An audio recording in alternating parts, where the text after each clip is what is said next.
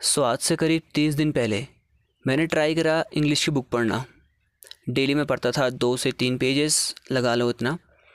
उसके 90 pages complete हो चुके हैं इंग्लिश की बुक के। मैंने उससे क्या सीखा और मेरी लाइफ में क्या इम्प्रूवमेंट आया उससे वो बताऊंगा मैं भी। पहली चीज़ तो मैंने जो चीज़ नहीं करी वो बताता हूँ। मैंने जो चीज़ नहीं करी ना वो थी कि उसमें वर्ड्स आते थे बीच में। जो वर्ड्स होते हैं ना तगड़ तगड़ टाइप के, मतलब जिसकी मीनिंग अलग अलग टाइप की मीनिंग होती हैं, एडम्स फ्रेजेस कहते हैं जिन्हें। तो ऐसे वर्ड्स आते थे बीच में, मैं उसको हाईलाइट नहीं करता था।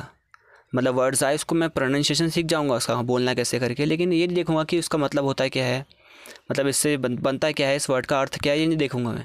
खाली प्रोनाउंसिएशन देखूंगा, बस हो गया। हाँ भाई, पढ़ना है और निकालना है पेजेस। मतलब डेली के 2 पेज पढ़ने हैं, डेली के 3 पेज पढ़ने हैं, ये था मेरे अंदर। मैंने सबसे बड़ी मिस्टेक यही करी कि मैंने उनको हाईलाइट ही नहीं किया। हाईलाइट करता, एक कॉपी में लिखता, उससे थोड़ा मेरी भी मतलब क्या होता, नॉलेज बढ़ती ना। आगे लाइफ में काम आते मेरे वो वर्ड्स, कि कहीं पर वो बोलने की काम के आते, थोड़ा लगता ना भाई इसको इंग्लिश अच्छी आती है, या अंदर ही नॉलेज आती, मेरे अंदर ही नॉलेज आती ना। कभी कोई पूछता है इंग्लिश के वर्ड्स तो मैं बता सकता था उसको, लेकिन अब नहीं होता है वैसा। सबसे बड़ी मिस्टेक मैंने यही की कि मैंने बुक तो मैंने पकड़ ली, मैंने रीडिंग भी स्टार्ट कर ली, प्रोनाउंसिएशन थोड़ा सुधर भी गया हल्का हल्का।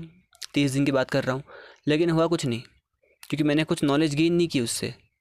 हाँ, मैं उसका कॉन्टेक्स्ट समझ गया, बुक क्या कहना चाह रही थी करके, वो चीज़ सब समझ गया मैं। लेकिन मेन मिस्टेक वो रही कि यार मैं जो वर्ड्स थे उसमें अच्छे अच्छे, ठीक है, उन्हें मैं हाईलाइट नहीं कर पाया और उनको मैं डिफ़ाइन नहीं कर पाया अपनी लैंग्वेज में। सबसे बड़ी मिस्टेक ये रही मेरी। बाकी उससे हुआ क्या मेरी लाइफ में, मतलब थोड़ा बहुत मैं कह सकता हूँ इंग्लिश में डिफरेंस आया है। अब मैं कुछ वर्ड्स यूज़ कर पाता हूँ इंग्लिश के, जिससे मतलब थोड़ा अच्छा लगता है बोलने में। कभी कभार ऑटोमेटिक आ जाते हैं अंदर से, हाँ ये तो पढ़ा है मैंने, ये बोल देता हूँ मैं यहाँ पर। मतलब माइंड खुद प्रोसेस कर लेता है इन वर्ड्स को। तो पहली चीज़ तो ये होती है। और तुम्हें पता है भाई इंग्लिश कितनी इंपॉर्टेंट है, ठीक है, हमारी लाइफ में कितनी इंपॉर्टेंट है इंग्लिश, हर फील्ड में इंपॉर्टेंट है।